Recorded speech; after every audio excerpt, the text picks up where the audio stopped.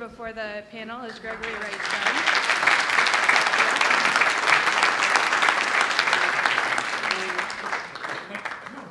Gregory Wrightstone's talk is entitled Unusual and Unprecedented Warming. What does geologic and human history tell us? All right, well, thank you for having me here today. Before we get started, I've been called a science denier a lot. I'm not. So I think it'd be better just to start off telling you what I believe. I believe that CO2 is increasing, and the increase is due nearly entirely to man-made fossil fuel burning. A little bit, 5-6% to cement manufacture. But the increase in CO2 from 280 to the 410 we have now is due to man's influence. I believe we're in a warming trend, but I believe it started over 300 years ago, long before we started adding prodigious amounts of CO2 to the atmosphere.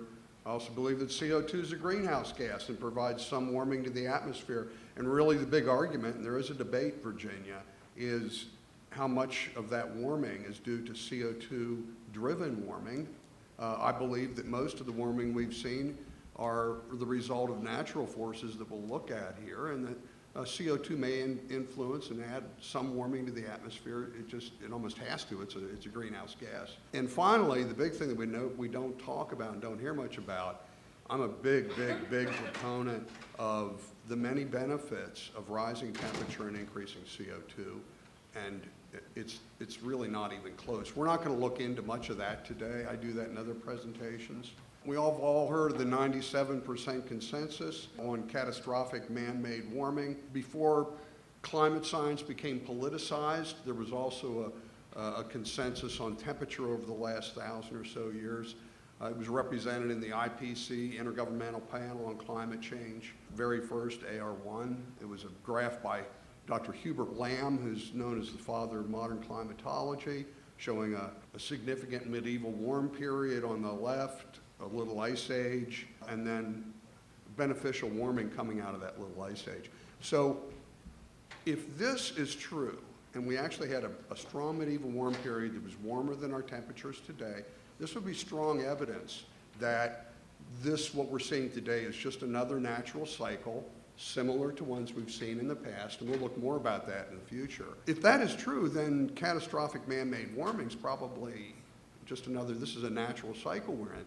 So the medieval warm period needed to be removed. The little ice age needed to be removed in order for you to believe in catastrophic man-made warming.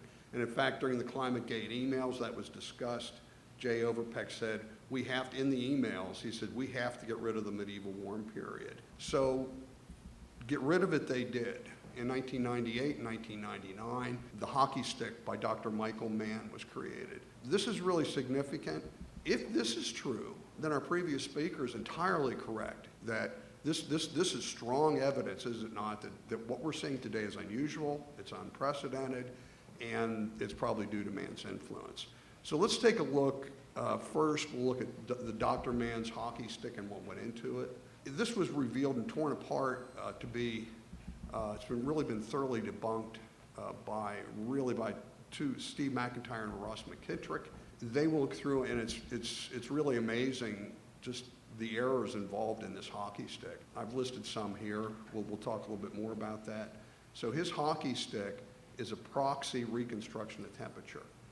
It had two problems, the proxy and the reconstruction. So the biggest thing there are a lot of things wrong with this. I'll give you some information where you can learn more. Mainly the medieval warm period and the loss of the little ice age was due to his use of Bristlecone Pine tree ring data.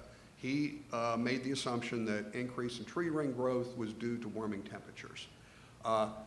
Unfortunately, the authors of the very study that gathered the data, Dr. Craig Idso and others, in their study, they warned against using their tree ring data for temperature reconstructions. They said, don't do it. They believed that increase in tree ring growth was due to CO2 fertilization effect.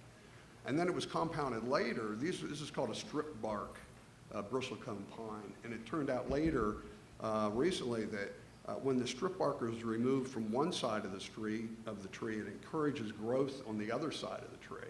So again, this has some of the growth, where it depends where they sample it, has nothing at all to do with climatology, but rather these physical processes. They also looked, again, we said we had a problem with the methodology used. He used, when looking at these proxies, we have what's called, they use principal component analysis. And Dr. Michael Mann used a rather unique principal component analysis to generate this hockey stick. Again, when McKittrick and McIntyre took a look at using the conventional principal component analysis, the hockey stick disappeared. That's their conventional analysis is on the bottom. Michael Mann's analysis is on the top. Huge problem here using tree ring data. Again, their analysis relied heavily. They used lots of other proxies, but they put particular emphasis on this. This was driving their reconstruction. It's called the divergence problem. We heard in the ClimateGate emails also, they talked about we need to use Mike's nature trick to hide the decline. By hide the decline, that doesn't mean a decline in temperatures, but rather in 1960, the tree ring data that he was using, and this would be the left-hand graph, the black line you see, in 1960, it started in a significant and severe decrease. So it was working just as we were adding temperature to the Earth. So what he did was truncate that, and the graph that he used is on the right. So it was a manipulation of the data. We're not going to go any further into this. I will recommend this book to you if you're interested in more, The Hockey Stick Illusion. It's about yay thick. I've got a copy at my booth over here. Really detailed. Don't get it unless you're a climate geek, but if you want to learn more and if you're not outraged after you're done with the book about the processes involved, well, you should be. So we've got the Pages 2K network now that's followed in. These are mostly supporting Dr. Mann's work, and we're not going to go into much detail here, but some of this, they're using some of these are using the same failed proxy data that Michael Mann did, and we really shouldn't be using those. And that's led to the media presentation of unusual and unprecedented warming. Our temperatures today are higher than they've been in 2,000 years, and we're all going to die.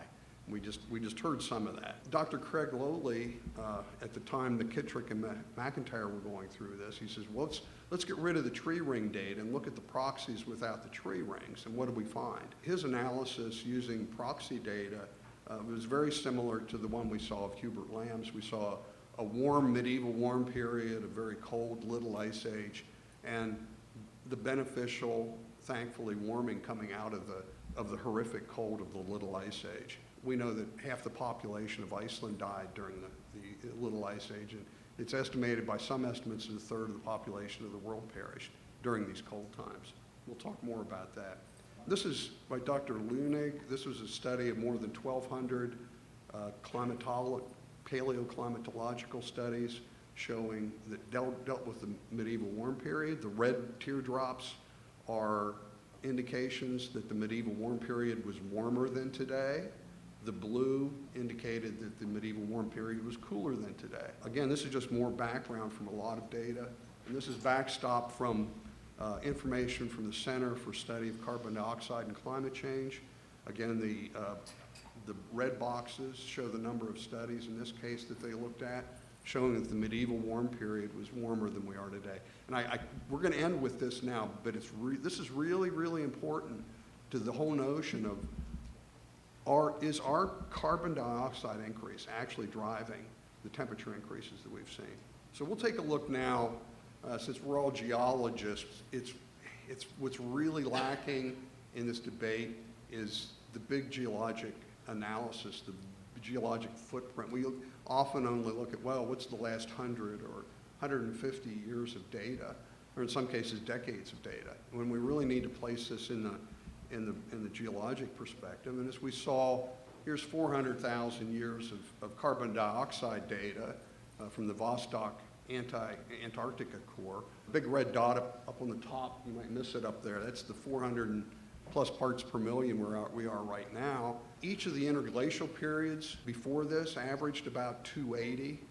So we've gained, as we learned in the last talk, about 130 parts per million since the Industrial Revolution. And if we look at it in this regard, it looks pretty significant. But if we put this in the long-term geologic perspective, we see that going back to the Precambrian, we see that our current period has the lowest carbon dioxide levels in all of Earth's history, at least to the Precambrian. The blue line there is our average for our current period. And significantly, this is a scary chart. This is 140 million years of carbon dioxide data showing the significant and really meaningful decline, and scary, dangerous decline of carbon dioxide, declining from 2,500 parts per million, almost in a straight line down to actually in the last, as we learned in the last talk, we got to, according to Vostok, 172 parts per million at the end of the last ice age. It's thought that that's the lowest carbon dioxide level since at least the Precambrian on Earth. And why did I say it's scary? That red line at the bottom is what I call the line of death. That's the minimum threshold. It's 150 parts per million. It's the minimum threshold for life, plant life, to exist on Earth. And we nearly got there in the recent geologic past. That would be a true climate apocalypse if we ever crossed that. And if we look at this, and let's place, remember that graph from a couple of charts ago, we looked and we saw that 130 part per million looked pretty significant. When we place that data on this long-term chart of CO2, and we find it's you can barely see it. It's barely a blip in the big geologic picture. And if we look at this, when I look at this, I say we don't have too much CO2. We're actually CO2 impoverished throughout Earth's history. And bear in mind the angiosperms, the flowering plants, first evolved back at the beginning of this chart within 10 million or so years of that. And those plants evolved at a time when we had 2,500 parts per million. These are the plants we rely on for our sustenance for the most part. They're called C3 plants.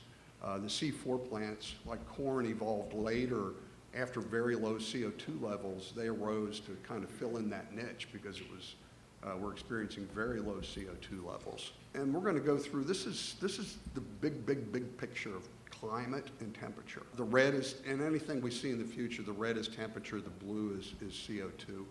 And we saw this yesterday in Alex Epstein's, he used a similar chart of this. And what we see is, geologically, throughout time, there's really not a very good correlation between CO2 increase or decrease in temperature. We see times when we have really high CO2 levels and we're in ice house events. We see in geologic time when we have really low CO2 levels, not as low as today, but we have low CO2 levels and very hot temperatures, 10 degrees centigrade, warmer than we are today. So throughout geologic time, we've just not really seen a very good correlation.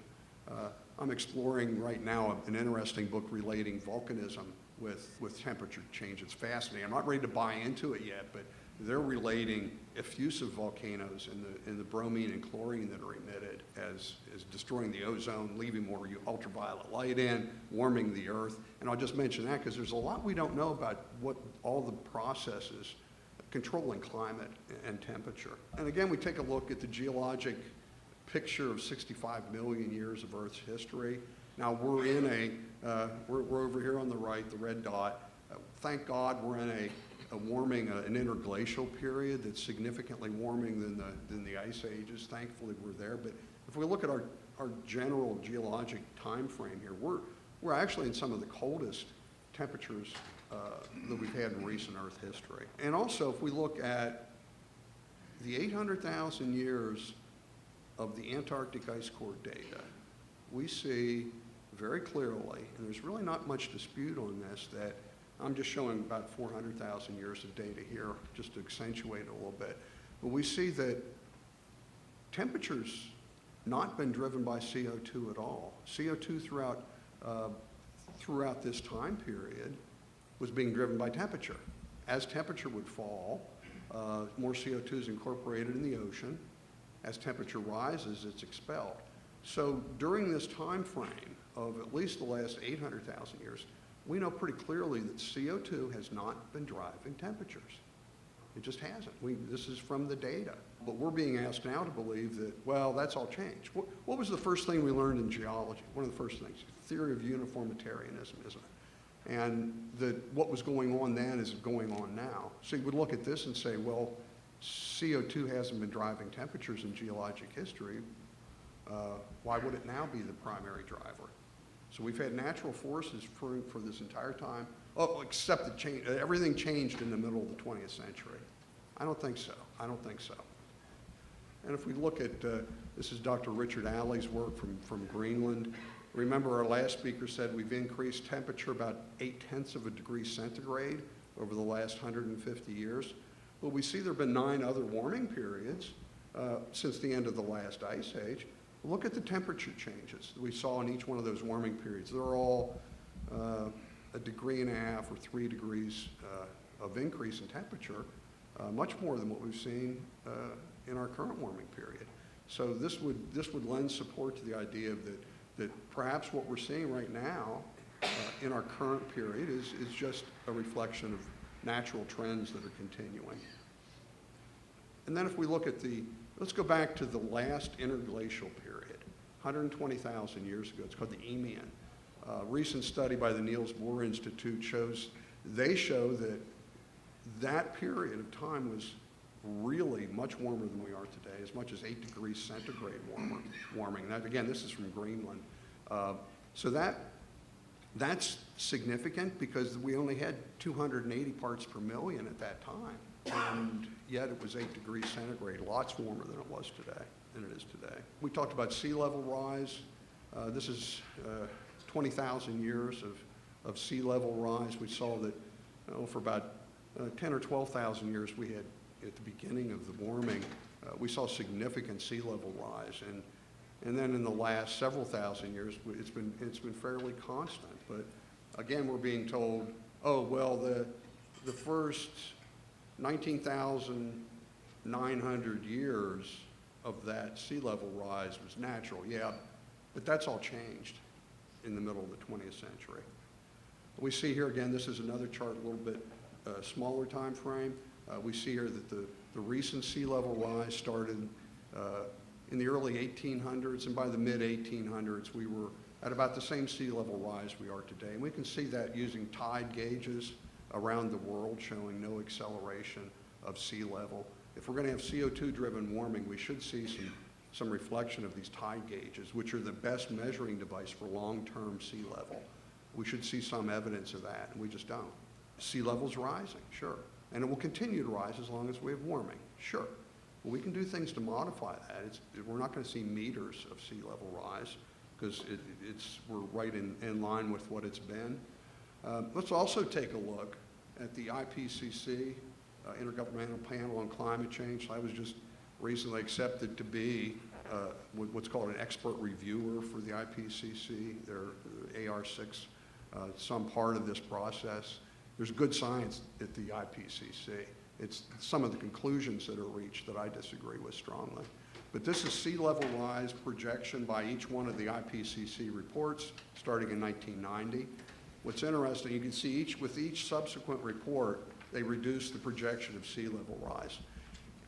What's really interesting, each one of these projected high confidence levels of sea level rise. And now each year they keep declining, or each 5-year period they're declining and declining. But each time it's very high confidence level in our projections. If their high confidence level proved to be incorrect and they needed to lower it, I think we should question how much confidence we have in that right now. And again, we see melting glaciers, very similar. These things go hand in hand, melting glaciers with rising sea levels. And we look at carbon dioxide. We saw this graph, emissions from Mann. The key thing here to look at is that it was really in the mid-20th century we saw a lot of CO2 increase. And we put this into the longer term perspective. This is the longest thermometer-based temperature record available. And we see that the temperature started more than 300 years ago. And looking at this record, there's really not much of a correlation. The blue, of course, is CO2. Again, we've talked about the mid-20th century having an increase in CO2. That's really when it started ramping up.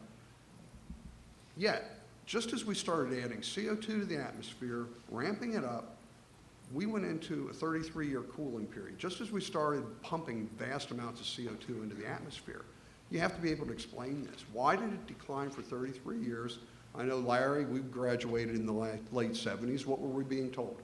We were being told that we were maybe going into the next ice age because we were right here with 33 years of cooling. The other thing to look at is let's take a look at, this is really good temperature. This is the US CRN data. They established it in 2003 to get rid of any urban heat island effect data. We see no temperature rise over the last 16 years. Why not? The other thing I like to talk about is the strong relationship between the rise and fall of temperature and the rise and fall of civilizations. We see that during each of the previous warm periods, great civilizations rose up. Ecosystems thrived, humanity prospered, food was abundant, and it's just opposite of what we're being told. We're being told that we're going to have famine and pestilence and death, and that's just not occurred. And for my next book, I'm going to be really going into really the historical significance of the rise and fall of temperature and how that affects humanity. What we see is the cooling effects are horrific, and that's exemplified here by, this is an interesting side note, but it's got a point here. We had, in the late Middle Ages of Europe, there were witch hunts, a lot of witch hunts, 30 to 40,000 witches, supposed witches were killed during that time. And it occurred during the Little Ice Age. In the 13th century, the end of the 13th century, it started to get cool. Crops began to fail. Famine set in. And why did that happen? Because of weather-causing witches. And in the 14th century, the Pope issued a papal bull stating that there was such a thing, and if you find them, you need to kill them, and they did. And so what's interesting, this is a study here. This is a chart of witches killed per decade versus, this is true. And now we know the witches because each village was proud that they found witches, so they'd report it to the Pope. So we have very good documents of how many witches were killed. And there's a strong relationship as every time it got cold, the witch hunts went up. And I'm about done here, but this is fascinating. In around 1500, it warmed up again, according to the records, and the crops came back. Well, why did that happen? They killed all the witches. That's what they said. Well, we did really good. All the witches are killed. Now it's getting better. Thank you, thank you. But that only lasted for 40 years, and then it got cold again. And the point of this, and then they really had at it. And so the point of that story, although it's interesting, is that it's the cold that we need to fear. It's not the heat. That's what we've seen historically through time. We have seen cold is bad. If you're a Game of Thrones fan, winter is coming, the House Stark motto. It's going to be bad. When it gets cold, it's going to be bad. It's going to be horrific. So we didn't talk about the many benefits, but I'm a huge proponent of increasing CO2 and rising temperatures leading to prosperity and ecosystems thriving, and we're seeing it a lot. Thank you.